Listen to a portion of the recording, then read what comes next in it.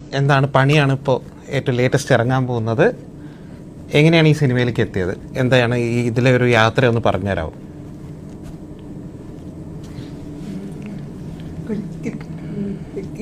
ഈ ഒരു ഓപ്പർച്യൂണിറ്റി വളരെ ഭാഗ്യമായിട്ടാണ് ഈ കാണുന്നത്. ഈ ഓപ്പർച്യൂണിറ്റി ഞാൻ ഇൻസ്റ്റാഗ്രാമിൽ ഇതുപോലെ ഈ ചന്ദനം വെച്ചൊരു ഫോട്ടോ ഞാൻ ഇട്ടിരുന്നു.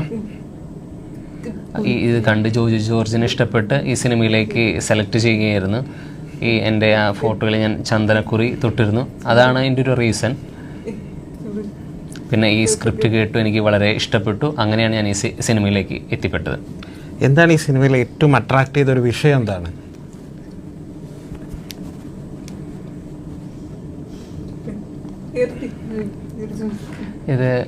അത് പറയുമ്പോൾ ഇപ്പം ഈ സിനിമയെക്കുറിച്ച് എന്തായാലും നമുക്ക് പറയാൻ പറ്റില്ല. ഒരു ഡിഫറെൻ്റ് ആയിട്ടുള്ളൊരു സ്റ്റോറിയാണ്, ഡിഫറെൻ്റ് ആയിട്ടുള്ള എക്സ്പീരിയൻസ് ആയിരുന്നു. അഭിനയ രീതിയാണെങ്കിലും എല്ലാം മികച്ചൊരു ടീമായിരുന്നു. ജോജു ജോർജ് എന്ന സംവിധായകനും ഇത് ആദ്യത്തെ സിനിമയാണ് സംവിധാനം ചെയ്യുന്നത്. അതേപോലെ ആസ് ആൻ ആക്ടർ കൂടിയുണ്ട്. അപ്പോൾ രണ്ട് റോളിൽ എങ്ങനെയായിരുന്നു ആ എക്സ്പീരിയൻസ്? എന്തായിരുന്നു? എങ്ങനെയാണ് നോക്കിക്കണ്ടേ?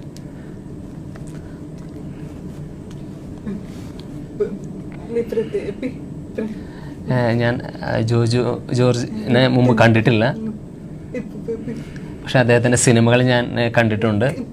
പക്ഷെ ഭാഗ്യവശാൽ എനിക്ക് ഈശ്വരാനുഗ്രഹം കൊണ്ട് അദ്ദേഹത്തെ കാണാനും കൂടെ അഭിനയിക്കാനും അവസരം കിട്ടി. ഞാനിപ്പോൾ ഈ സിനിമയുടെ എക്സ്പീരിയൻസിനെ നോക്കി കാണുമ്പോൾ വളരെ ഈസി ആയിരുന്നില്ല. ഈ ക്യാരക്ടറാണെങ്കിലും ഈ കഥയാണെങ്കിലും വളരെ ഈസി അല്ല. പിന്നെ ജോജു ജോർജ് ആണെങ്കിലും സംവിധാനം, പ്രൊഡക്ഷൻ, പിന്നെ തിരക്കഥ, അഭിനയം എല്ലാത്തിലും അദ്ദേഹം ഉള്ളതുകൊണ്ട് തന്നെ അദ്ദേഹം എപ്പോഴും ബിസി ആയിരുന്നു. പക്ഷേ ഈ പ്രോസസ്സ് വളരെ നാച്ചുറലായി, ഓർഗാനിക്കായി മുന്നോട്ട് പോയി. പക്ഷേ അദ്ദേഹം വളരെ ബ്രില്യൻ്റ് ആയിട്ടുള്ളൊരു ആക്ടറാണ്. പിന്നെ ഈ ഒരു പ്രോസസ്സ് അല്ലെങ്കിൽ ഈ ഒരു സിനിമ വളരെ നല്ല രീതിയിൽ പൂർത്തീകരിക്കാൻ അദ്ദേഹത്തിന് സാധിച്ചു. ഈ സിനിമ ഒരു തൃശ്ശൂരിൽ നടന്ന ഒരു റിയൽ ഇൻസിഡൻ്റ് നിന്നാണ് ഇൻസ്പയർ ചെയ്തിട്ടുള്ളതെന്നാണ് കേട്ടറിവ്.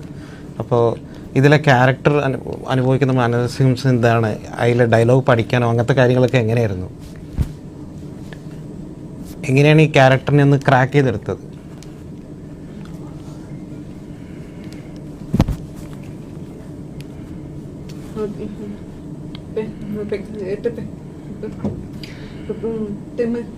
ഞാൻ മുമ്പ് വ്യത്യസ്തങ്ങളായ ഇൻഡസ്ട്രിയിൽ അഭിനയിച്ചിട്ടുണ്ട്.